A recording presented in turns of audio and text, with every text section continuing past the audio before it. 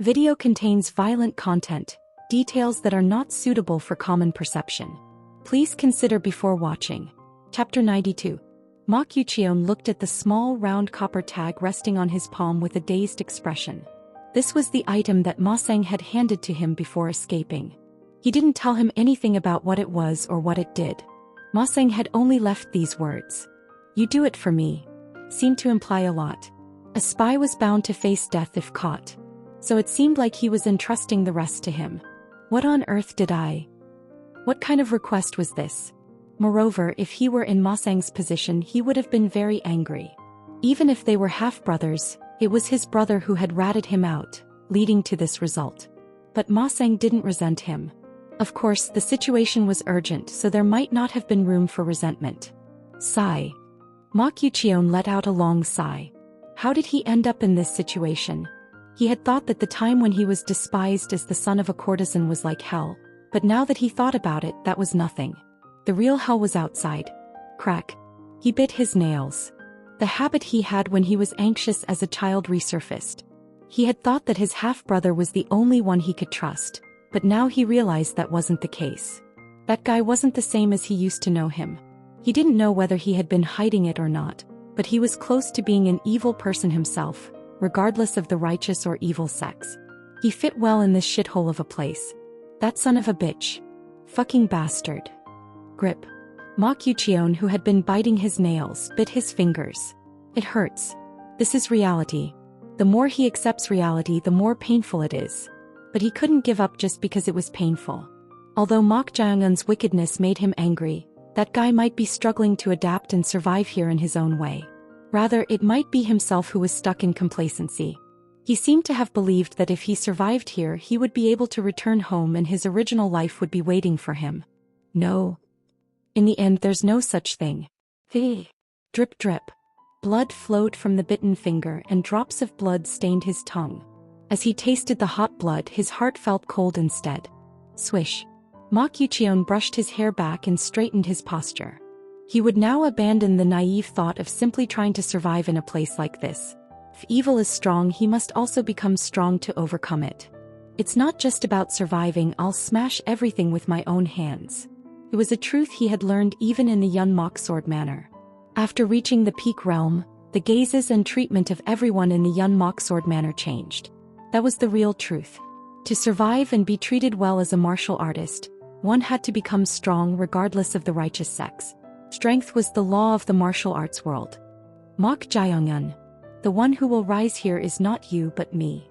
With his mind firmly set, Mok Yucheon began circulating his energy. It was the ignited wood heart transformation method. There seemed to be some side effects, so he had stopped using it, but in the current situation, it was the only ascending cultivation method that could make him stronger quickly. As Mok Yucheon practiced the cultivation method, the skin on his face gradually turned a brownish color. It's over the limit. Mok Jaeongun said, looking at the 8 boys standing in front of him.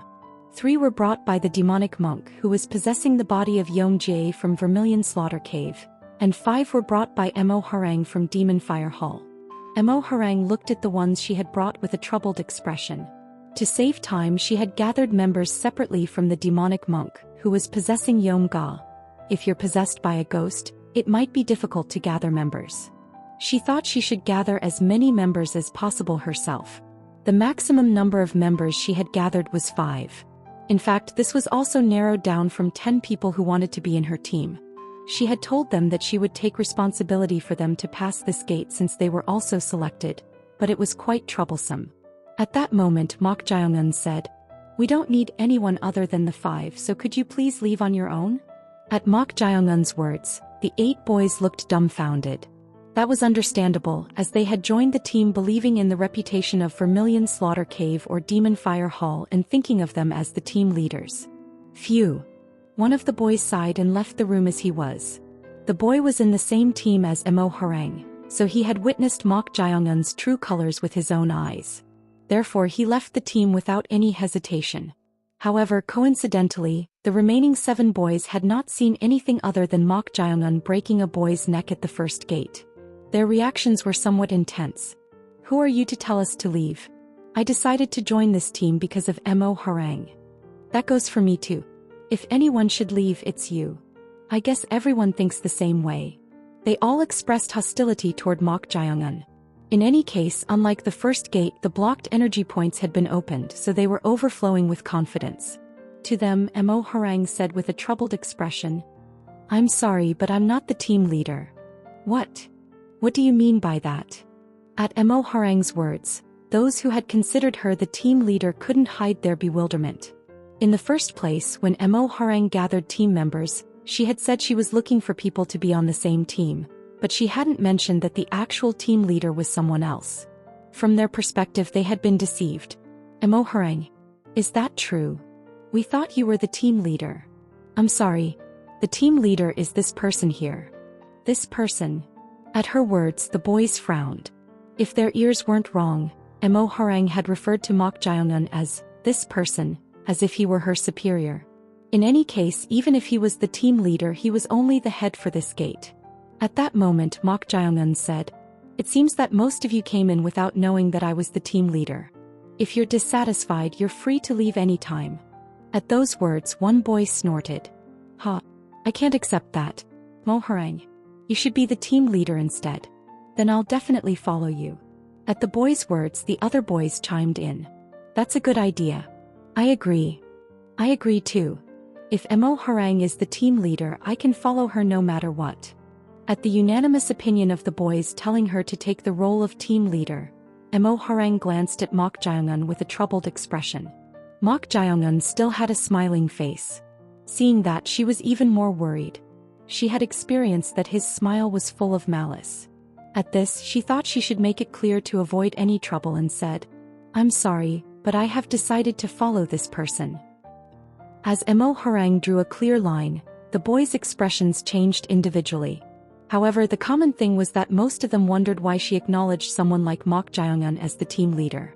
At that moment, one of the three boys who had followed demonic monk possessing the body of Yeom Jae from Vermilion Slaughter Cave asked, "Don't tell me you also acknowledge that guy as the team leader?" "I do." "What?" At the short affirmation, the three boys were also at a loss. They had also voluntarily asked to be team members, knowing the reputation of Vermilion Slaughter Cave. But the very person they wanted to serve as the team leader was serving someone else as the team leader, so they didn't know what to do. To them, Mok Jae-eun said, "In any case, you'll be choosing a team leader to pass this gate, so it seems you have a lot of concerns. Doesn't the answer come out when you see that these two people have joined under me?" At those words, the boys alternately looked at Mo Harang, Yeom Jae, and Mok Jae-eun. Although they didn't like this guy for some reason, there must be a reason why these two people who wouldn't be out of place as team leaders were following Mok Jae-eun. There's some truth to it. Vermilion Slaughter Cave and Demon Fire Hall would have their pride. For them to follow that guy. At this, they started to be swayed one by one. However, not everyone was like that. One boy stepped forward and said to Mok Jae-eun, "What have you shown to make us follow you? No matter how much I think about it, I don't understand. If you don't have faith in me as the team leader, then you can quietly leave this room." At Mok Jae-eun's words, the boy's expression distorted frighteningly. The boy said while drawing energy from his Danjian, "Who says to come and go as they please? You're a ridiculous fellow. I can't acknowledge you. What will you do if you can't acknowledge me?" Mok Jae-eun said with a smile. Then the boy took a fighting stance and said, "If you're so great, let's have a duel." At the boy's sudden hostile attitude, everyone looked at each other, gauging the situation. In fact, there was one thing they were curious about. As they recovered their internal energy, they could roughly estimate the opponent's martial arts level with their energy sense. But no matter how they looked at it, Mok Jae-eun felt like he was barely at the first-rate level. On the other hand, it was different for Yeom Jae from Vermilion Slaughter Cave and Mo Harang from Demon Fire Hall. The energy that appeared based on their energy sense was incomparably sharp, and they judged that they were opponents they couldn't defeat even if they attacked in earnest. So they also wanted to confirm it rather than stop him. They wanted to see how skilled Mok Jae-eun really was. It was at that very moment. "How dare you challenge this person to a duel in this place?" Suddenly, Yeom Jae from Vermilion Slaughter Cave frowned at the boy who had taken a fighting stance, expressing his discomfort. At his reaction, the boys couldn't hide their puzzlement. Like Mo Harang, even Yeom Jae was acting as if he had pledged loyalty to Mok Jae-eun. They couldn't understand what was going on. But then Mok Jae-un raised his hand and stopped him. Don't be like that. From his perspective, it's understandable to have doubts. But Lord, no, my liege. This insolent human. Swish. Mok Jae-un lightly glanced at the demonic monk who was possessing Yong-jae. Then the demonic monk stopped speaking and stepped back. What? Did he just call him my liege? Why is Yong-jae from Vermilion Slaughter Cave groveling before that guy, calling him my liege? Is he really hiding his true skills? From the boy's perspective, it only raised more questions. Likewise, the boy who had boldly challenged Mok Jae-un to a duel also started to have doubts about Yong-ga's attitude. Was his energy sense wrong? As he was thinking that, swish. Mok Jae-un, who was sitting on the bed, stretched out his hand. At that very moment, whoosh. The body of the boy who had taken a fighting stance was pulled forward, and his head and upper body tilted forward. The boy's eyes widened at the strong suction force. But the surprise was short-lived, and to prevent himself from falling forward, the boy spread his right leg and stomped his foot. Thud. Humph. As soon as he did that, smack. Ugh. Mok Jae-un leaped up from the bed, grabbed the back of the boy's head with both hands and kneed him in the face. The boy's body staggered backward as his face was hit by the knee. Mok Jae-un grabbed the hair of the staggering boy. Grip. You shouldn't fall over with just this much. Then he smashed the head of the boy whose nose was bleeding directly into the floor. Bang. The wooden floor shattered and the boy's face was buried in the ground. The force was so strong that the boy's body twitched and then stopped moving as if he had fainted. Oh. Did he faint already? Mok Jae-un muttered as if slightly disappointed. At this sight the boys were at a loss for words, stunned. The boy who had just fought Mok Jae-un had martial arts skills at the end of the first-rate level, enough to reach the peak realm with just some realization. However, he was no match at all. What was that just now? Moreover, what was that thing Mok Jae-un had shown earlier? When he stretched out his hand, the fainted boy's body was pulled forward and about to fall. Could it be void seizing? Void seizing technique. It was a technique that could move objects with profound true energy. Was it possible for someone who looked to be only around 17 years old? No way. That can't be.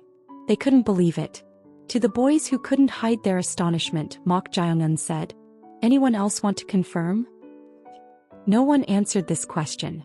They had already witnessed it with their own eyes, so who would object here? To them Mok Jae-un said, "Then no one has any objections. Good. Since one person here has been reduced, it seems we need one more person to leave." At those words, everyone looked at each other. That was because not only Mok Jae-un's strength but also Yong-jae and Mo Hwarang were masters who had reached the peak realm. If they stayed in this team, passing was guaranteed, so who would easily give up? The atmosphere has improved. I'm glad to see you all so motivated. Saying that, Mok Jae-un, who had been looking over the boys, stroked his chin as if troubled. We can't have them fight each other since it's a team-based gate. At Mok Jae-un's words, Mo Hwarang inwardly clicked her tongue. This guy was really full of malice. As they were thinking that, Mok Jae-un stared intently at one boy. Was he telling him to leave? At this, the startled boy said, I will do my best to follow you as the team leader. Before he could finish his sentence, Mok Jae-un approached him and stood right in front of him. Then he smiled brightly and said, "You're the weakest one. I'm sorry, but it seems you should leave." At Mok Jae-un's words, the boy trembled and couldn't say anything. In fact, it was because he acknowledged that he was relatively weaker compared to the other boys. At this, he silently tried to turn around. Wait a moment. Could it be? Did he change his mind? Thinking that, he turned his head with a glimmer of hope, but, smack, crack. At that moment his body was suddenly staggering to the side and spinning. Then he soon fell to the floor, hitting his head. Thud. Arg. The fallen boy soon grabbed his leg and cried out in pain. Just now, Mok Jae-un had kicked his ankle, and the force was so strong that his body spun like a windmill and broke at the same time. What are you doing? He was just about to give up and leave. One boy shouted at Mok Jae-un in shock. Then Mok Jae-un tilted his head. Is there a problem? No. He's leaving on his own after you told him to, so why are you doing this to his leg? He couldn't bring himself to say break. But then Mok Jong-un said, I said not to kill him. Did I ever say not to break a limb somewhere? At those words the boy was at a loss for words. Breaking his leg here to eliminate him just because he's no longer on the same team. This guy is really... He was speechless, but Mok Jong-un stretched his body as if loosening up and said, it won't end with just this friend, so what's the fuss? What are you saying now? From now on we'll be quite busy. Because we have to break the legs of all the other team members except our team before the gate test. At Mok Jong-un's words, the boys' expressions stiffened simultaneously. Chapter 93. 5 boys stood before a door, expressions taut with tension. Their eyes fixed on the door, unease evident as they swallowed dryly. From now on we'll be quite busy. Because we have to break the legs of all the other team members except our team before the gate test. At first, Mok Jong-un's words had been disconcerting. The idea of breaking other cadets' legs before even starting the trial felt outrageous. However, upon further thought, there was a certain logic to this strategy. The longer the trial dragged on, the fiercer the competition would become. But what if most competitors were eliminated beforehand? Our chances will improve. Only a select few could be chosen by the officers. Considering that, there was no need to be particular about methods or means. One boy whispered, will it work? It should. There were 5 of them and only 2 people inside this room. With the advantage in numbers, a surprise attack would make subduing them a simple task. You 5 will move together. All 5 of us. Can't you manage alone? Well, no, but... The 5 of you go together. Wait a second. Then you, Yeom-jae, and Mo Harang will be working as a team? In that case, wouldn't it be better if we sent 1 or 2 people to support you 3? Why bother with such complications? We're more than capable on our own. True, those who had reached the peak realm could handle top-tier opponents single-handedly. It was like a puppy worrying about a tiger. The boys exchanged glances. Let's do this. With that they opened the door. As the door swung open, the gazes of the 2 boys discussing how to form a team naturally turned in that direction. Who is it? A handsome boy entered through the open door. Recognizing the boy's face, one of them scowled. You. It was none other than Mok Jong-un. From the very first gateway trial, the battle for the iron balls, he had left a strong impression on many of the boys. One of them looked puzzled for a moment before asking hesitantly, are you going around gathering teammates by any chance? You could say that. With those words, Mok Jong-un quietly closed the door. Seeing this, the scowling boy spoke without relaxing his expression. Look, I have no intention of being on the same team as you. Is that so? So get out. That's a problem. What's the problem? Go find people who want to team up with you. I don't want to. Smack. Before he could finish, Mok Jong-un swiftly lunged forward, grabbing the boy's head and slamming it against the bed frame. Thud. Ugh. Then seizing the boy's right arm as he tried to resist. Crack. He twisted it backward. Arf. The boy with the broken arm tried to scream, but Mok Jong-un had already covered his mouth, muffling his cries of agony. Witnessing this scene, the other boy sitting across from them couldn't hide his bewilderment. He had let his guard down, never expecting a sudden attack. What are you doing? What indeed? Mok Jong-un smiled faintly and firmly pressed his foot down on the writhing boy's left leg. Crunch. Snap. As the ankle twisted, the bone pierced through flesh and protruded out. Ah! The boy's eyes widened, bloodshot with pain as he struggled in agony. Unable to endure it, he soon lost consciousness.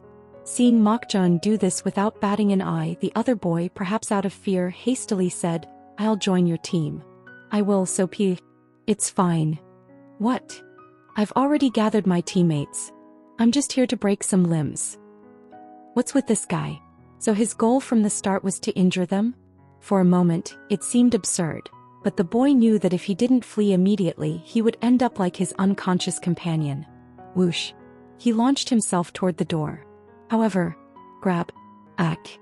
his body hurtling toward the door, was abruptly yanked back as if caught by something. In the next instant, Mok Jong-un's hand gripped the back of his neck. What the? I'll make it painless. What? Tap tap tap tap. Before he could utter another word, the boy's acupoints were struck and he lost consciousness. Laying the unconscious boy on the floor, Mok Jae-eun stepped on his right ankle. Crack. He had not merely fainted but had his acupoints sealed, so the boy did not wake up even as his leg was broken. Looking at the boy, Mok Jae-eun muttered, his lips twitching. 4. That was the number of limbs he had broken thus far. Are you seriously planning to break them one by one? Chong Ryung's voice rang in Mok Jae-eun's ears. To that question Mok Jae-eun replied nonchalantly, of course. Rather than wasting time dragging out the trial, eliminating most competitors now would render the subsequent trials unnecessary. Seriously, you fiend. Chong Ryung clicked his tongue. Conceiving such an idea was difficult in the first place, and even if one did, they would likely target only a few troublesome individuals. However, Mok Jae-eun's thinking was on a different level. He intended to use the time given for rest and team selection to eliminate all the other cadets. In a way, from the moment they joined Mok Jae-eun, misfortune had befallen this batch of Corpse Blood Valley cadets. Now there are 64 left. Out of a total of 80. Among them 4 had been taken as captives, 4 had their limbs broken by Mok Jae-eun, and lastly, 8 were Mok Jae-eun's teammates including himself. Excluding these, 64 remained. Mok Yucheon, immersed in cultivating his internal energy cultivation technique. After a long period of energy circulation, when Mok Yucheon opened his eyes, for a fleeting moment, an uncanny aura different from his usual righteousness flashed in his gaze. However, it vanished quickly. What was that just now? While practicing energy circulation, Mok Yucheon had been enveloped by a strange sensation. Normally, the technique would bring a sense of clarity to body and mind, but this time he had been gripped by an unprecedented pleasure. The instant he surrendered to that pleasure, something astonishing had occurred. My energy surged suddenly. Out of curiosity, Mok Yucheon examined his danjian. His eyes widened in shock. Because he practiced energy circulation regularly, he knew better than anyone the size of his danjian and the level of his internal energy. Yet the size of his danjian had increased slightly compared to before. How can this be? How did this happen? No matter how exceptional the Yun Mok mind transformation method was, could it really increase internal energy this rapidly? At this rate, if he continued practicing diligently, he could reduce the usual cultivation time by more than half. Just as he was about to revel in the pleasant sensation, he grew uneasy. Experiencing this peculiar pleasure for the first time while practicing left him strangely unsettled. Is this really all right? Doubts crept in about whether this deviation from the basic techniques was cause for concern. He then shook his head.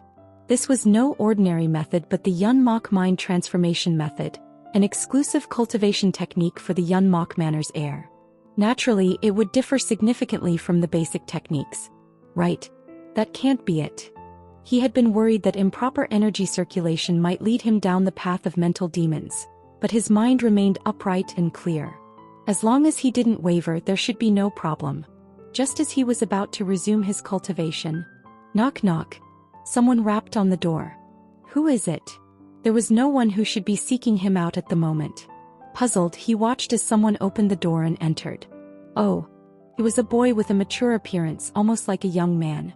The only potential flaw on his handsome face was his sharp, narrow eyes.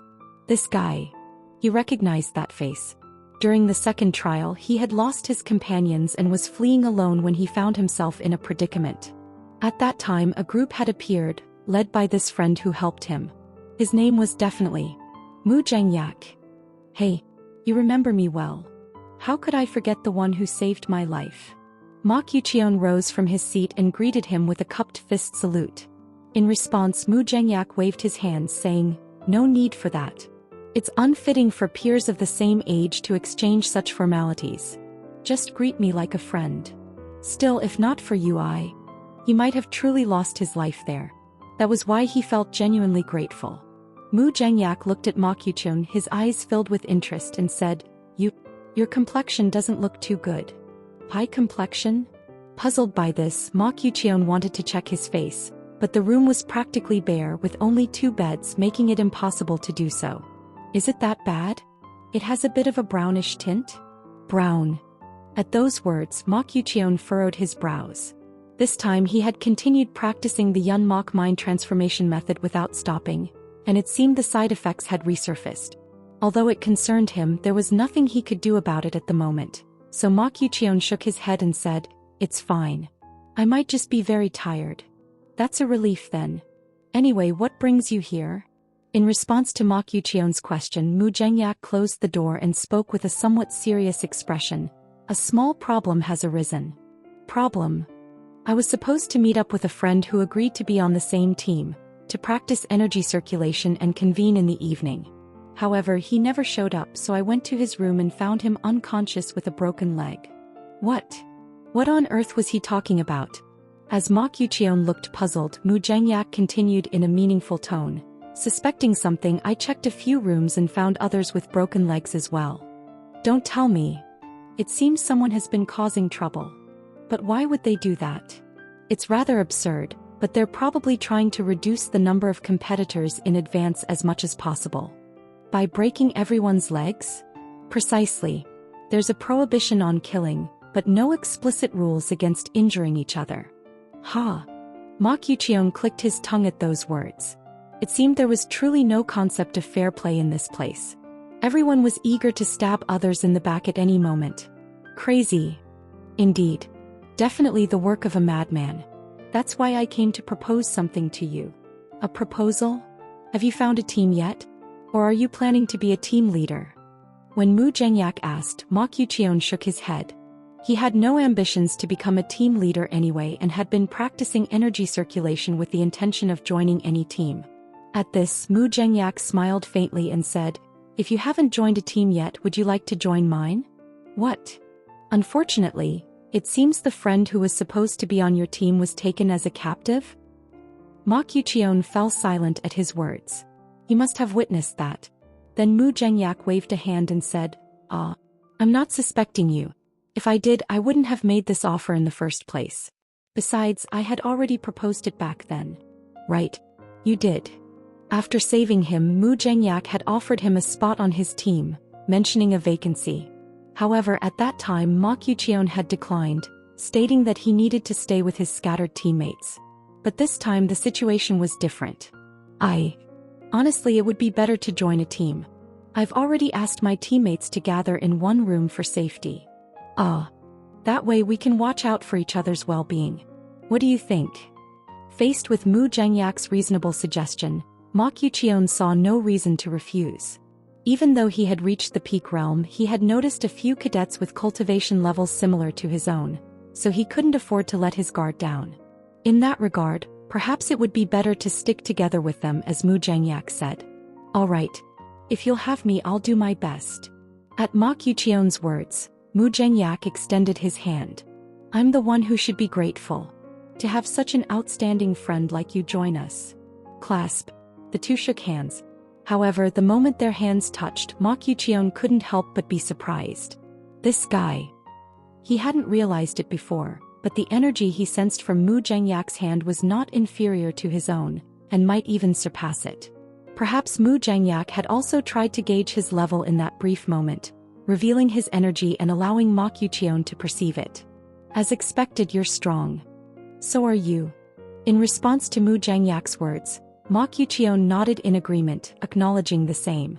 Then he asked curiously, "By the way, are you left-handed?" The hand Mu Zhengyak had extended was his left hand, not his right. At Ma Qiuqian's question, Mu Zhengyak chuckled and said, "Who knows?" And so a night passed.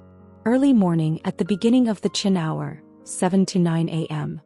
The time for selecting team leaders and members had concluded, and it was now the moment to gather in the plaza behind the dormitory. Someone urgently knocked on the door of the Corpse Blood Valley leader's office. Bang bang. "Leader. Leader."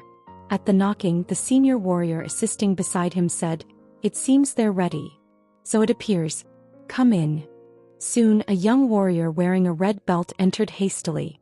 Noticing the warrior's somewhat tense expression, the senior warrior, sensing something amiss, asked, "What's the matter?" "Well, there's a small issue. No, a big problem has arisen." "A problem? I think you should head to the plaza right away." What could have happened to warrant such a reaction? Wondering, Corpse Blood Valley leader Li Jiom nodded and rose from his seat.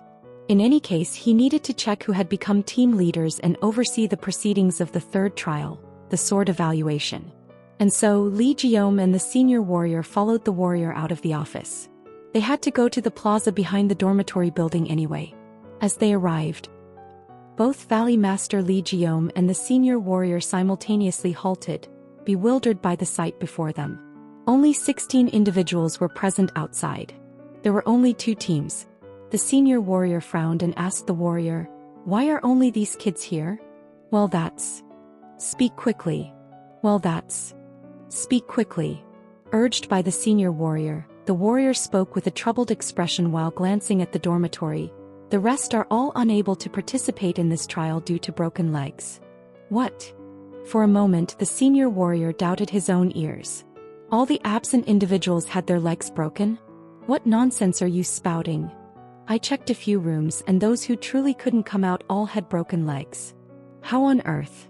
As the senior warrior reacted in disbelief, the gaze of Corpse Blood Valley leader Li Jiom, visible through the gaps in his mask, turned toward someone standing in the plaza with his hands clasped behind his back, unlike the senior warrior. It was none other than Mok Jiong'un. Li Jiom recalled the words Mok Jiong'un had spoken yesterday. Would it be alright if I reduced the number of people a little? Were there fellows that needed to be kept in check separately for the trials? Well, if that was the case, as long as you adhere to the constraints, there won't be significant issues. Oh, that's quite fortunate. He had said that, but to think Mok Jiong'un would go this far. Isn't this a little excessive? Chapter 94. The senior warrior exploded with anger and asked the ordinary red-belted warrior, "Just who the hell pulled this stunt?" "Well..." The warrior quietly turned his head and gestured with his eyes toward someone standing in formation in the square. Seeing who it was, the senior warrior was dumbfounded and at a loss for words. "Is it that bastard again? Again that bastard?" It was none other than Mok Jiong'un. He had left a strong impression and obtained the top position in the first and second stages, so even if they didn't want to remember him, they had no choice but to do so. There's no way he could have done it alone with so many trainees. Did that bastard and his teammates do it together? It seems that way. It was truly absurd. The process of finding team leaders and members that took place last night. It was designed to voluntarily allow the trainees to find team leaders and members among themselves, to see who had the qualities of a leader. Of course, they had expected a fierce competition for team members due to the 4 vacancies caused by the dropouts. And the reason they had only imposed the restriction of no killing was to allow a certain degree of fighting among them. But this was a completely unexpected outcome. Damn it. They had expected at least 5 or more unit leader-level trainees to be selected. But only 2 had been chosen. After the first and second stages, the trainees had already proven their qualifications and mental fortitude to a certain extent, so the goal was to have as many of them advance as possible. However, because of that bastard Mok Jiong'un, things had gotten completely twisted. The senior warrior cautiously said to the Valley Master Li Jiom, "Valley Master, this won't do." "What do you mean?" "It has gone too far." "Too far? Isn't that right? Out of 80, no, 76, only 16 have formed teams. If we leave them be more. Or what? What's the problem?" "Pardon?" The senior warrior was baffled by Li Jiom's words. If they failed to properly filter out the suitable ones by the end of the stage, those higher up might take issue with it. To the worrying senior warrior, Li Jiom said, "It may be excessive, but no rules have been broken. On what grounds can we stop it?" The senior warrior frowned. Just yesterday, the Valley Master had said they should keep a closer eye on Mok Jiong'un. But why was he suddenly being so lenient? "Valley Master. That fellow is not from our sect and is a hostage brought from the righteous faction's Yun Mok Sword Manor. If the process of selecting the best is ruined because of him, the sect master and the executives will surely take issue with it." Perhaps the society leader had anticipated this. At the senior warrior's words, Valley Master Li Jiom let out a faint sigh. Senior warrior Guak Munjiai. He was like his left arm. So he knew better than anyone how the sect master and the main castle were always finding fault and taking issue with the Blood Valley's events. That was why he was offering this opinion. That may be the case. But it doesn't matter.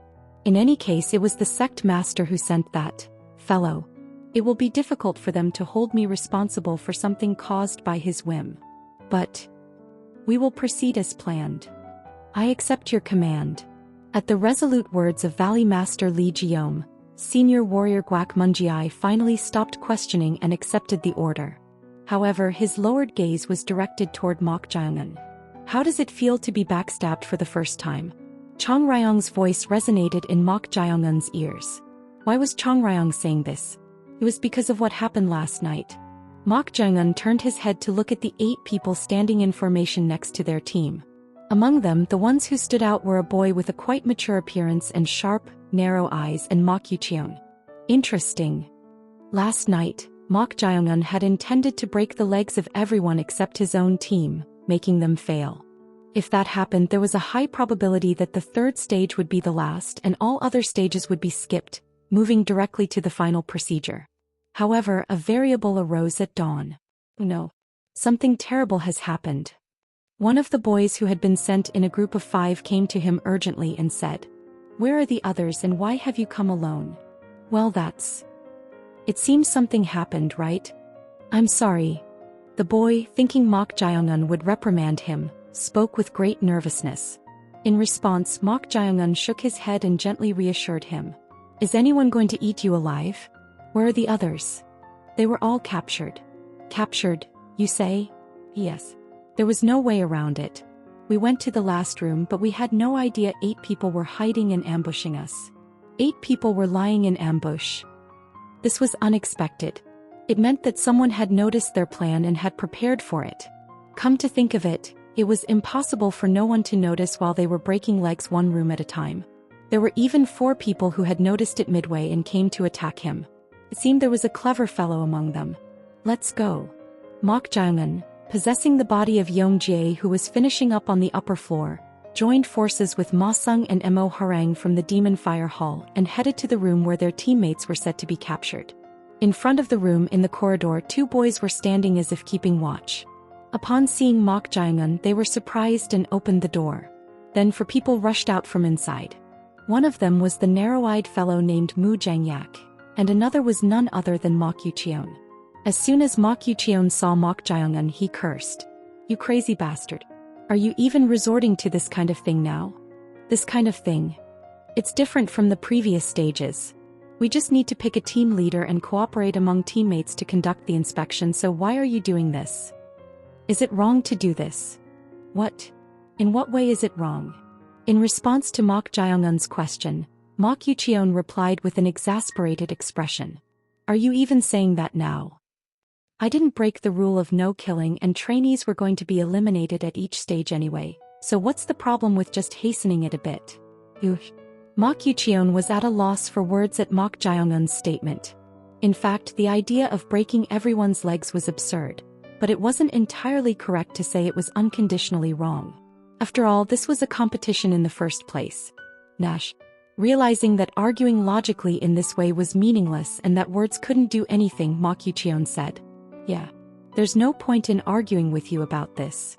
With those words, Mok Yucheon exchanged a glance with Mu Jangyak beside him. Then Mu Jangyak raised one hand and opened his mouth. Hello. Yes. Hello.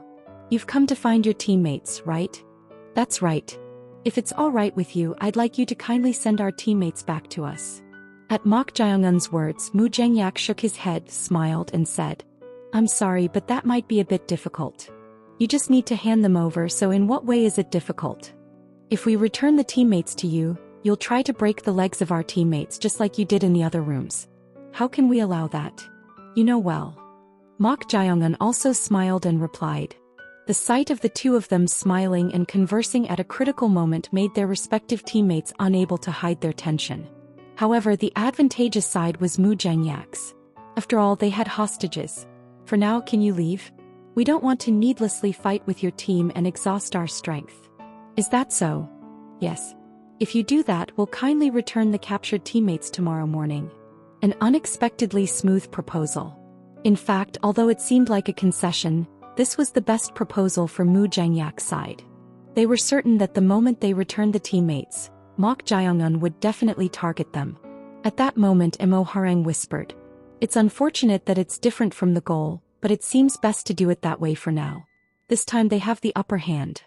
The number of uninjured trainees was 16. In this situation, if their teammates got hurt, it would be advantageous for the other side. However, even they couldn't easily do that.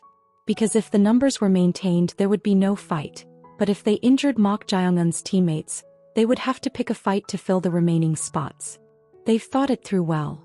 The other side considered this their best option, so they had created this setup. In response, Mok Jae-un said, "Well, that's fine, but isn't there a possibility like this?" Possibility? Yes. If you break our teammates' legs tomorrow morning and return them, won't we have no choice but to be eliminated? At Mok Jae-un's words, Mo Hwarang let out a sigh.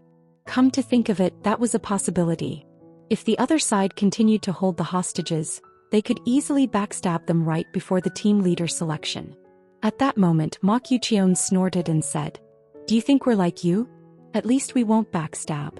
Of course you can say that in front of us. But situations always force you to make the rational choice. Is breaking a promise the rational choice? Because it's advantageous for your side." At Mok Jae-un's words, Mok Yucheon clicked his tongue. He had thought they would meekly follow their proposal in this situation, but he hadn't expected them to bring up a possibility they hadn't even considered. Mok Yucheon glanced at Mu Jangyak beside him. Mu Jangyak shrugged his shoulders and then opened his mouth. "It's natural to have such suspicions, but you have no choice but to trust us anyway. Other than that." In response, Mok Jae-un said, "That might be difficult. You'll be at a disadvantage if this proposal falls through though." At those words, Mok Jae-un smiled and said, "No way. Now that it has come to this, we just need to keep 8 out of 16 people safe. Then won't it go according to my original plan?" Flinch. The trainees listening to Mok Jae-un's words were dumbfounded.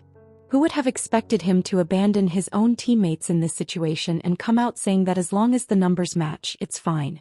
Does that guy have no attachment to his own team? Mok Yucheon shouted in an angry voice. Don't you have any sense of camaraderie? The teammates who trusted and followed you. Swish. Mu Jangyak extended his hand toward Mok Yucheon and shook his head. Then turning his head toward Mok Jae-un, he said, "I had a feeling, but I didn't expect you to react like that. When I heard from Yucheon, I wondered if you would really go that far." Mu Jangyak had heard from Mok Yucheon about what had happened at the end of the second stage. So he had his doubts, but it turned out just as he had heard. Mok Jae-un said to him, "Is that so? Then you know well that my words are not empty threats." "That's right. It's a good thing we prepared for the worst-case scenario." "What? Preparing for the worst-case scenario? What does that mean?" As Mok Jae-un was puzzled, Mu Jangyak said, "The possibility you mentioned earlier about breaking our teammates' legs, we didn't consider it from the beginning, but we did prepare for the chance that you might react like this." "Prepare? What exactly did you do?" In response to Mok Jae-un's question, Mu Jangyak pulled something out from his wrist. It was a thin needle about the size of a finger joint. It was even smaller than the gold shackle embedded in the gate. "What is that?" "The 4 captured members of your team and all of our team members, we've inserted this into the acupuncture point on their waists. If this cartilage needle is inserted for half a day, they will limp for about 10 days. In severe cases, they won't be able to walk for half a month." At his words, Mok Jae-un's eyes narrowed. He had inserted that needle not only into our teammates but also into their own teammates? How can I believe that? Then Mu Jangyak told Mok Yucheon to take off his upper garment and show his back. Accordingly, Mok Yucheon removed his top. As he undressed, Mu Jangyak began striking the acupuncture points on Mok Yucheon's back out of sight. Tap tap tap tap tap tap. And not long after, pop, the needle popped out from Mok Yucheon's back. Seeing that, even Mo Hwarang clicked his tongue in disbelief. Who would have predicted that they would go so far as to insert cartilage needles into their own teammates to prepare for this situation? Mu Jangyak smiled at Mok Jae-un with narrow eyes and said, "Now what are you going to do? Even if you take Mok Yucheon with you after removing the needle, if I don't cooperate, everyone will be unable to walk properly after half a day. Then you and your entire team will be eliminated." It was a do-or-die kind of countermeasure. Of course, this countermeasure was extremely effective, because it would result in both teams failing to fill 8 spots, leading to everyone's elimination. His mind is truly exceptional. Even Mo Hwarang couldn't help but admire the exquisite move. It was a strategy that accurately read the unpredictable Mok Jae-un. This time it seemed that even Mok Jae-un had no choice but to accept it. However, Mok Jae-eun muttered with twitching lips. This is really interesting. She frowned. It was as good as losing the battle of wits against Mu Jangyak. Yet he found this situation interesting? As she was puzzled, Mok Jae-eun said to Mu Jangyak, "It's a tough decision. Is there a need to ponder? No matter what tricks you use in this situation. No. I'm deliberating whether it would be better to kill you now or let you live." Chapter 95. Mu Jangyak always maintained a cheerful and bright demeanor, which naturally lifted the moods of those around him. Even now, with a smile on his face, the team members' spirits remained high. However, although he tried his best to conceal it, Mu Jangyak's eyes kept darting toward Mok Jae-eun when no one was looking. In the end, he had successfully protected his team members. As a team leader, he had performed his role excellently from the very first day. Mok Jae-eun. The events of last night had completely etched Mok Jae-eun into his mind. No, he was considerably preoccupied with him. Mu Jangyak recalled what had transpired the previous night. No. I'm deliberating whether it would be better to kill you now or let you live. Crazy bastard. Do you even realize the situation you're in? Mu Jangyak's team members were dumbfounded by Mok Jae-eun's absurd words. In the current situation, Mok Jae-eun had no choice. If he dared to touch even one person, they would ensure that everyone was eliminated from the trial. Yet he was spouting such nonsense, which was nothing more than a bluff. Do as you please. If you're trying to get us all disqualified, do you think we'll just sit back and let it happen? Bring it on. Mu Jangyak's team members, who had been waiting confidently in his strategy, couldn't hold back any longer and assumed fighting stances, preparing for battle. Mok Yucheon was no exception. In contrast, Mu Jangyak, who had devised this plan, silently observed Mok Jae-eun unlike the others. What the hell? What could he be relying on to act this way? Mu Jangyak had heard from Mok Yucheon, his half-brother, about what had occurred during the second trial and realized that Mok Jae-eun was no ordinary person. That was why he had devised such a flawless plan. No matter how I think about it, there are no loopholes in this plan. Yet what's with that attitude? Mu Jangyak had been exceptionally intelligent since childhood. He was skilled at reading others' minds, discerning their emotions and thoughts through their eyes, actions, and various factors. However, Mok Jae-eun's gaze and tone of voice made it difficult to decipher his emotions. I can't tell if it's a bluff or genuine. What could it be? Was he simply unable to control his own emotions, leading him to say such things? Although it seemed excessive, Mok Jae-eun possessed a cunning disposition much like himself. In fact, although he hadn't disclosed it to everyone, if the first tactic had succeeded, he had intended to break the legs of Mok Jae-eun's team members at daybreak, just as Mok Jae-eun had said. That way they could naturally eliminate him and his team. In the end, only Mok Jae-eun had seen through his intentions. Perhaps that was why Mu Jangyak found Mok Jae-eun's words from earlier unsettling. At that moment, Mok Jae-eun stared intently at him, chuckled and said, "Let's end it here for now." What? Mok Yucheon retorted in response to Mok Jae-eun's words, as if they were absurd. Was he babbling as if bestowing mercy, even though he was in a disadvantageous position? Although they had followed Mu Jangyak's plan, there were 3 individuals on their side who had reached the peak realm. Yun Muong from the Esoteric Realm Gate, who was guarding the hostages in the room, Mu Jangyak himself, and Mok Yucheon. They outnumbered the other side and held the advantage in a fight, certainly not in an unfavorable situation. Stop bluffing, Mok Jae-eun. Think what you will. Send 2 of your members over here. To be fair, we should also hold hostages until morning. We're the ones holding the knife, yet you dare. Fine. What? Just as they were about to refuse, Mu Jangyak readily accepted the proposal. His team members, including Mok Yucheon, couldn't hide their puzzlement at his attitude. Why was he accommodating them when there was no need to do so? Mu Jangyak explained to them, "They've made a concession, so there's no point in further provoking them.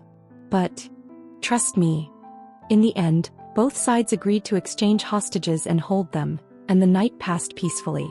However, Mu Jangyak heard Mok Jae-eun muttering quietly, "What a pity. I had hoped you wouldn't be so wise." Flinch. The moment he heard those words, a strange chill ran down his spine. Just who was this fellow? He had prided himself on the fact that among his peers, there was no one worthy of his attention. He didn't consider Yun Muong from the Esoteric Realm Gate, Yom Jie from the Vermilion Slaughter Cave, Mo Harang from the Demon Fire Hall, or even Mok Yucheon, whom he had recently met, to be particularly special. Yet for the first time, a feeling of wariness toward someone had emerged within him. And that person was none other than Mok Jae-eun. If he becomes an enemy, perhaps I should kill him. An unprecedented situation where nearly a quarter of the cadets were eliminated before even taking on the trial. Although it sparked considerable controversy, since no rules were violated, the issue was not pursued and the trial proceeded. Of course, due to this incident, an additional constraint was introduced. From now on until all trials are completed, any private fights or acts of harming each other among the cadets are strictly prohibited. It was to prevent further variables from arising. As previously announced, the third trial was a sword formation test where one had to subdue their opponent. The name of the sword formation was Heaven and Earth 8 Inscriptions Formation. It was a sword formation based on the changes of the 8 trigrams, developed by the previous leader of the Heaven and Earth Society. Perfectly executing it and subduing the opponent would result in passing the trial. The allotted practice period was a mere 3 days. Those 3 days passed quickly. The remaining 2 teams, 16 individuals, were the most skilled among the cadets who had entered Corpse Blood Valley. Naturally, both teams easily passed the third trial. The one who received the top score in the third trial was not Mok Jae-eun but Mu Jang-yak. Although Mok Jae-eun's team had also utilized the sword formation well to subdue their opponents, Mu Jang-yak's team had perfectly overwhelmed their opponents without a single injury. In conclusion, there were no flaws.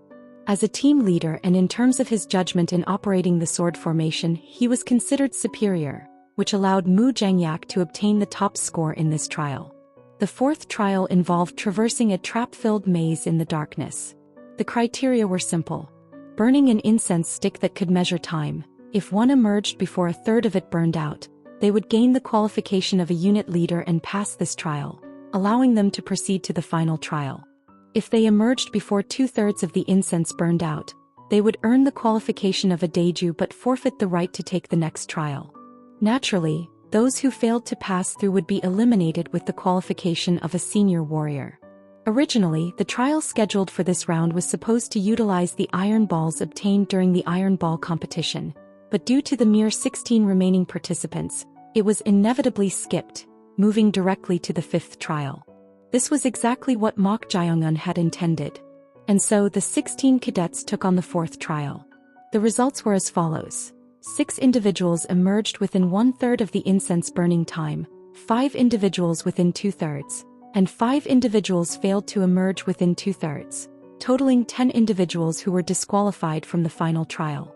Those who failed to pass the trial were disappointed but had to be content with the qualification of a senior warrior, while the 5 who emerged within 2/3 could at least earn the qualification of a Daiju.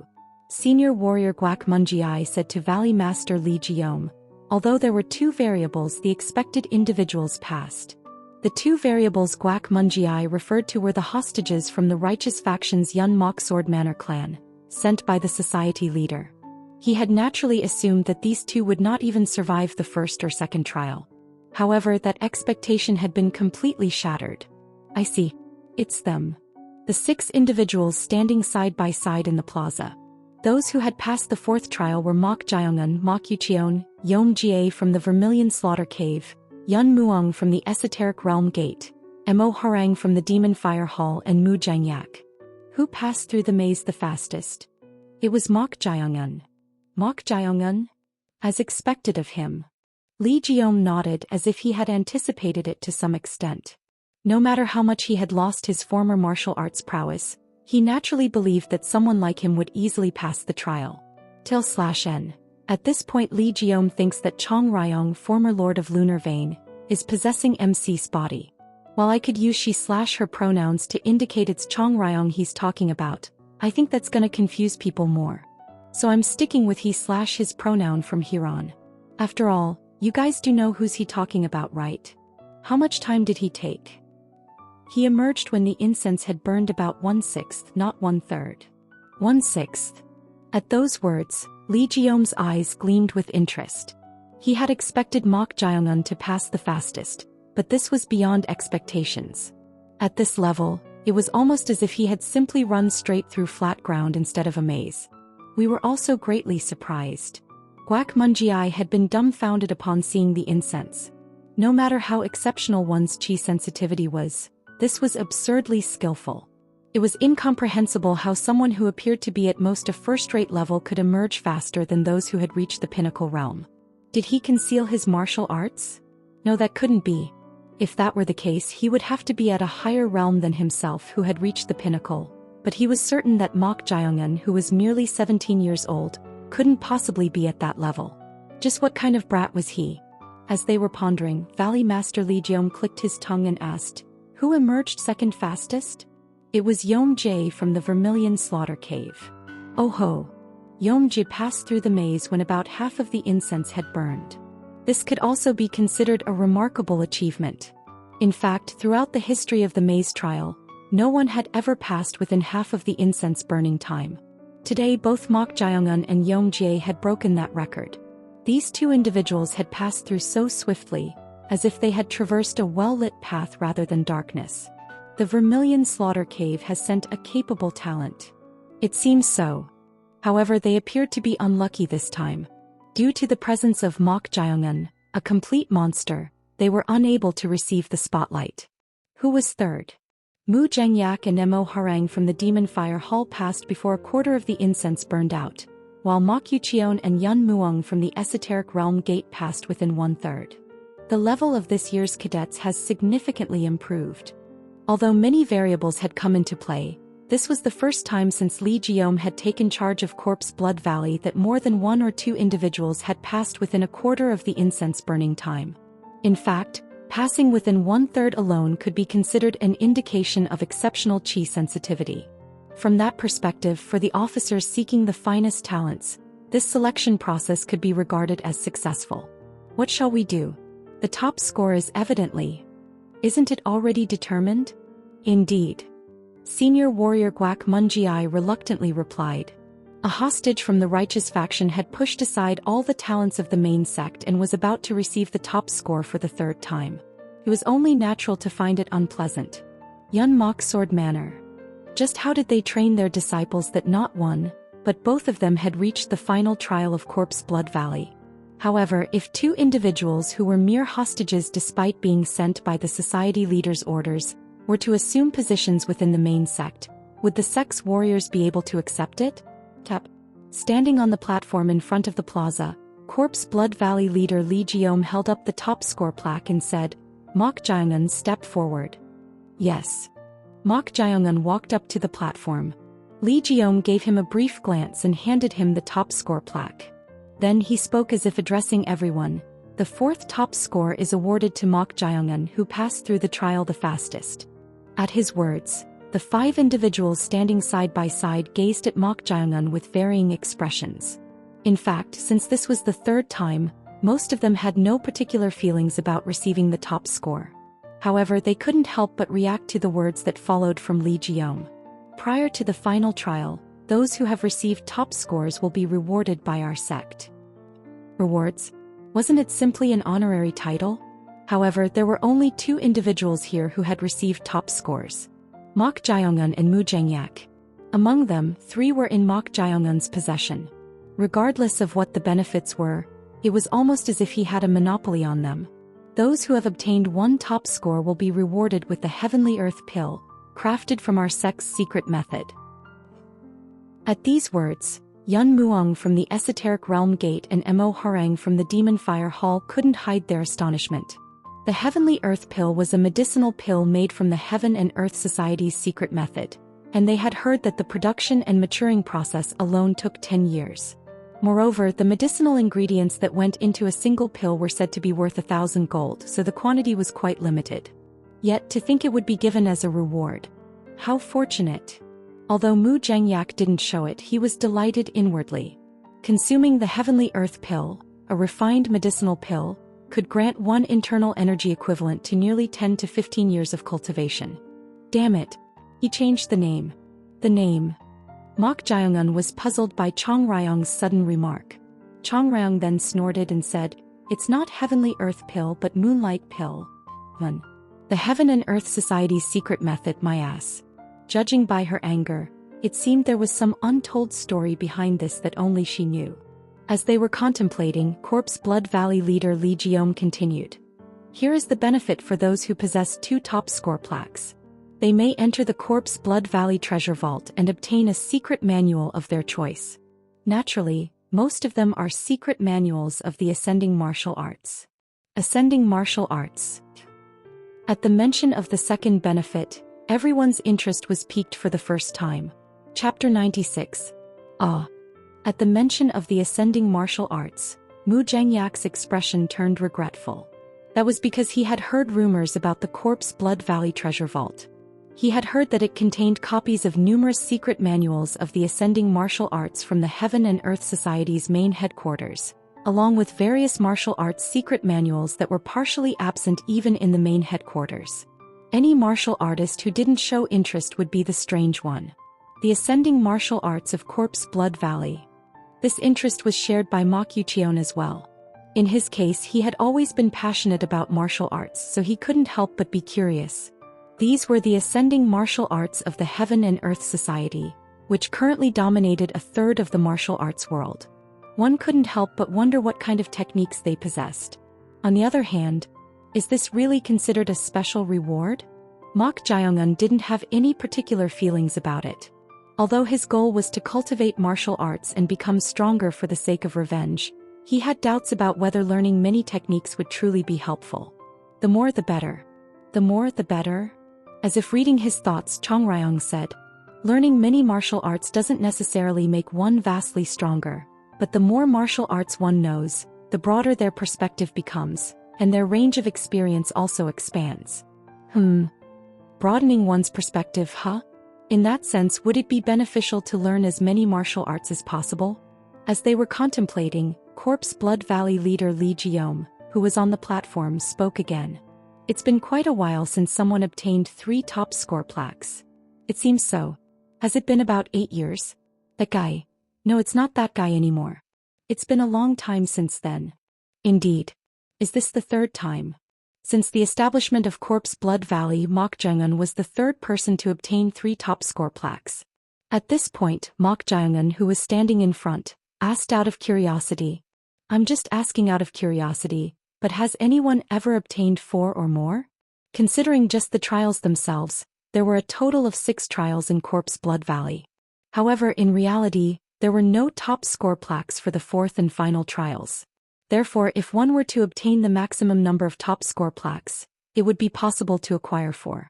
In response to Mok Jiangun's question, Senior Warrior Guak Munjiai frowned and said in a displeased tone, "How dare you ask the Valley Master? Guak Daeju. Right now he is a unit leader." 1. Just as Guak Munjiai was about to lash out, Corpse Blood Valley leader Li Jiom reminded him of this fact. At this, Senior Warrior Guak Munjiai bit his lip. As a unit leader, Mok Jiangun held a higher position than himself, who could be considered a senior warrior, but in his mind he still didn't acknowledge this brat.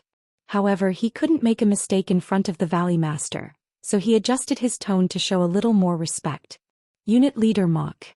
The trials are not over yet, so please refrain from casually asking questions to the Valley Master. At those words, Mok Jiangun silently looked at Valley Master Li Jiom. Seeing this, Senior Warrior Guak Munjiai was dumbfounded and distorted his expression fiercely, but, since the establishment of Corpse Blood Valley, there has been only one person who acquired all the top score plaques. Valley Master? Guak Munjiai glanced at Li Jiom with a slightly perplexed expression. Normally, he wouldn't have responded to the cadets in a gentle or soft manner, even if they were about to enter the final stage. Yet he was answering such a question. Why is he acting this way? Could it be because he considered this fellow to be a spy sent by the society leader? If that were the case, it would be understandable to show him some courtesy. But why would the society leader use a hostage brought from the righteous faction to test or monitor the Valley Master? In any case, the Valley Master's attitude was quite unexpected. Someone acquired all of them? Interest gleamed in Mok Jiangun's eyes. He himself had never experienced a formation before and had never controlled anyone, so he hadn't received the top score in the sword formation trial. Yet there was someone who had obtained all of them. They must be incredible. In fact, Although Mok Jae-un himself wasn't aware of it, even though he had only properly cultivated martial arts for a short time, obtaining this many top score plaques was truly remarkable. Perhaps if he had properly cultivated martial arts from the beginning, he might have become the second person to obtain all the top score plaques since the establishment of Corpse Blood Valley. It's too scary to ask. Out of pure curiosity, he wanted to ask who had achieved such a feat, but senior warrior Guak Munjiai was glaring at him with fiery eyes, making it difficult to inquire further. Perhaps noticing this, Corpse Blood Valley leader Lee Jiom said, "If your doubts have been resolved, I will now announce the reward for those who have obtained 3 top score plaques." Yes. Those who have obtained 3 top score plaques. The gazes of the cadets concentrated on Lee Jiom's face. If this was the level of reward given for obtaining 2 top score plaques, what kind of benefits would be bestowed upon those who had acquired 3? Apart from the final trial, they can request guidance from one of the sect's top masters, namely the 5 kings, 3 chief masters, or the 4 valley masters, the 12 elders. As soon as those words were uttered, everyone's expressions changed drastically.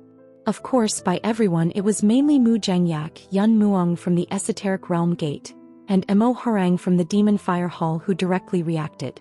They were under the Heaven and Earth Society and knew better than anyone how incredible this benefit was. To be able to request guidance from one of the Heaven and Earth Society's top masters? They provide rewards to this extent? Throughout one's life, how often would one have the opportunity to receive guidance from peak realm masters or those supreme masters at the transcendent realm? Moreover, those extraordinary masters were among the most prominent figures in the Heaven and Earth Society. This was something they couldn't help but envy. Even Mok Yucheon, who had initially listened without much thought, noticed their envious gazes and suddenly realized it. Among the Heaven and Earth Society's executives, 2 of them were part of the 6 heavens and 8 stars. The 6 heavens and 8 stars were regarded as the supreme masters, regardless of faction, and 2 of the 5 kings were included among those 8 stars. A true grandmaster at the elder level who had surpassed the transcendent realm and reached the realm of transformation. The benefit was to receive guidance from one of them. Damn it. Having left the righteous faction's camp, this was somewhat enviable. It was unclear whether one would become a disciple or learn some of their martial arts, but the opportunity to receive guidance from such peerless experts was a once-in-a-lifetime chance. In fact, it could be considered an incredible fortune. There's no need to think about this, mortal. No need to think about it. There are 2 experts in the realm of transformation. Choose one of them and learn from them what you can't learn from this venerable one. As they have surpassed transcendent realm, it will greatly aid your enlightenment.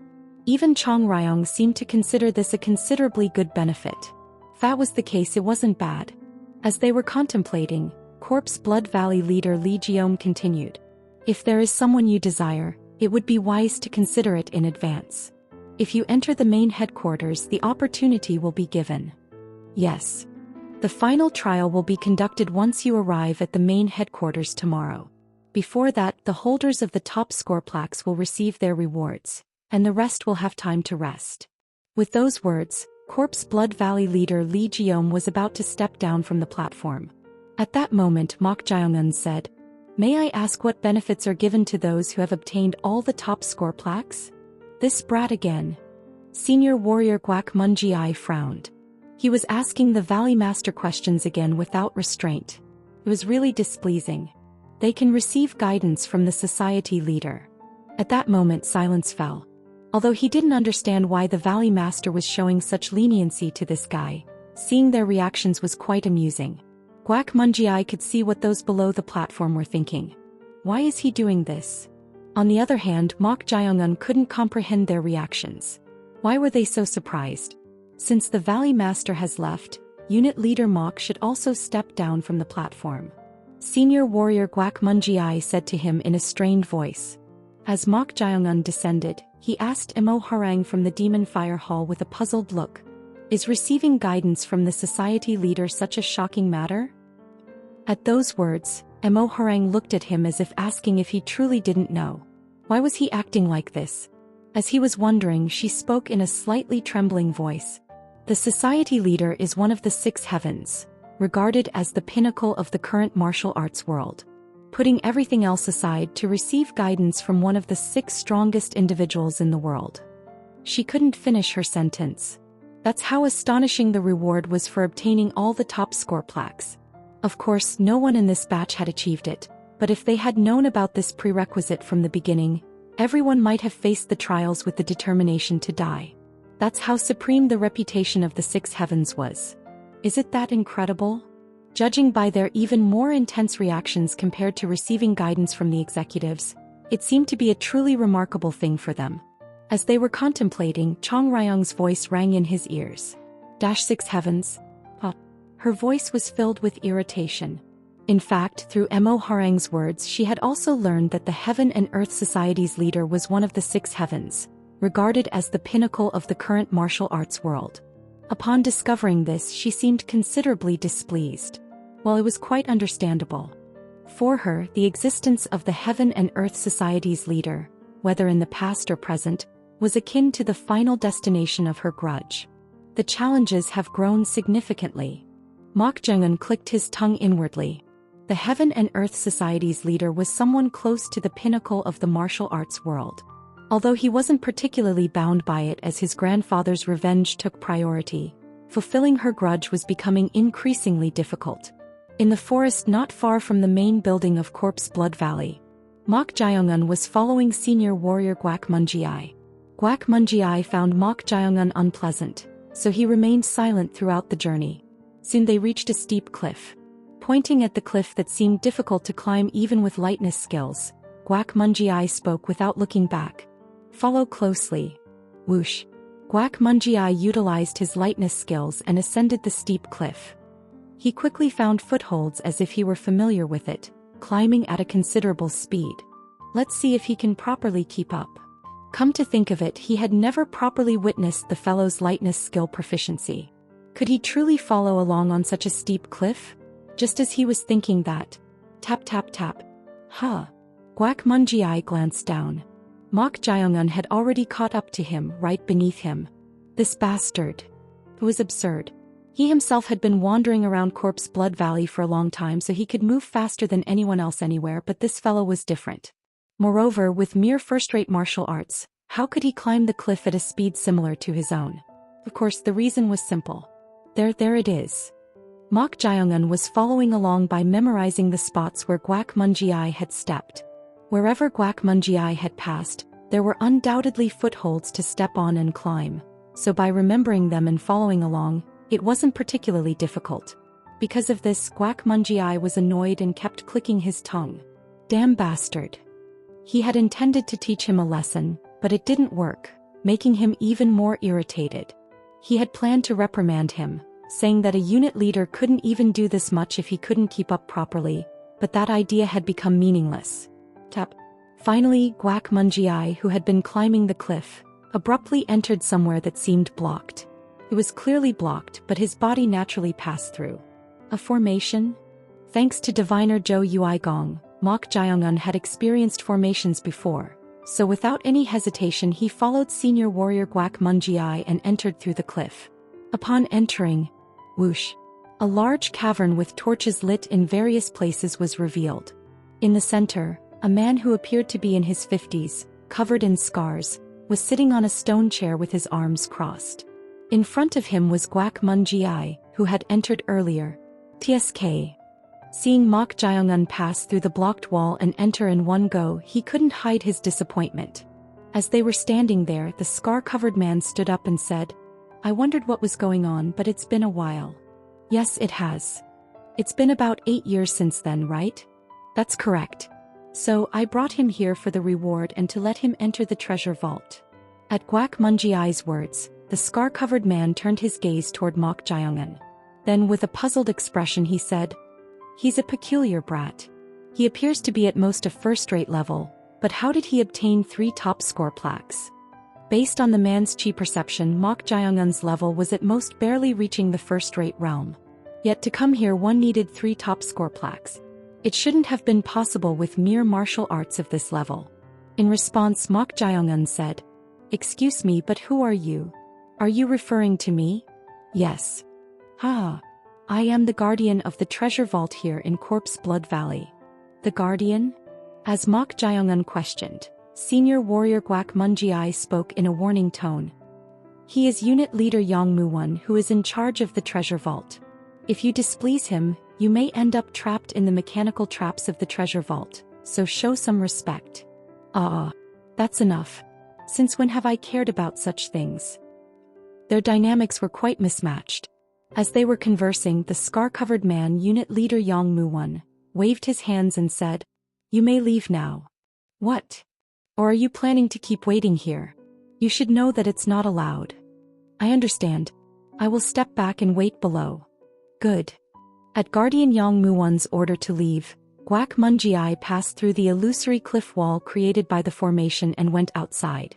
As he left, unit leader Yang Mu-won asked Mok Jaeong-un, "Shall we finish the conversation we were having earlier? How did you manage to obtain 3 top score plaques?" In response to his question, Mok Jaeong-un slightly tilted his head and said, "Naturally, I obtained them because I performed better than others, right?" At these words, unit leader Yang Mu-won, who had been frowning, suddenly laughed heartily. Right. That's a valid point. The Valley Master wouldn't have given the top score plaques to someone worthless. Mok Jaeong-un showed no reaction. Seeing this, unit leader Yang Mu-won, who had been laughing boisterously, felt awkward and scratched his head. Oh my. The person who had come 8 years ago at least had some level of communication, but this kid's reactions were somewhat dull, making it uninteresting. Well, it was regrettable, but his task wasn't to engage in conversation. Unit leader Yang Mu-won turned his body and gestured. "Follow me." Yes. Mok Jaeong-un followed behind him. Then unit leader Yang Mu-won pointed his finger towards the depths of the cave and said, "If you go inside, there is a treasure vault containing secret manuals. As you may have heard, you can only take out 1 secret manual from the treasure vault. Even then, you must copy it here before leaving with it. Yes. You will be given about 1 sikhen 2 hours to carefully make your selection. If you fail to choose anything within that time, you must leave empty-handed according to the rules. Understood?" Yes. And there is a place marked with a red line. It's best if you don't enter there. What? As Mok Jaeong-un questioned, unit leader Yang Mu-won spoke as if trying to scare him. In the past something happened there. Well, you don't need to know that much. Anyway, if you cross the red line, you'll see something truly terrifying. So don't ignore my warning. Something terrifying? He was rambling incoherently, making it difficult to understand what he meant. As he was puzzling over it, a large iron door came into view. Unit leader Yang Mu-won placed his hand on the empty wall beside it and fiddled with something. Creak. Thud. The iron door opened on its own, revealing the interior. Inside, there was a cavern much larger than the entrance, and the entire walls on all sides were densely filled with secret manuals. Pointing inside, unit leader Yang Mu-won grinned and said, "If you haven't thought about it beforehand, just selecting the desired secret manual will be quite a headache. I'll let you know when the time is up, so remember 1 sikhen. Yes. Now go inside." As Mok Jaeong-un was about to step inside, he suddenly paused and said, May I ask one thing?" "What is it?" "I can only take out 1 secret manual, right?" "That's right. Just skimming through them shouldn't be a problem, right?" "What kind of question is that?" "Of course, you need to skim through the contents to choose a suitable secret manual. We won't make an issue out of something like that." At his words, Mok Jaeong-un's lips curled as he said, "That's quite fortunate."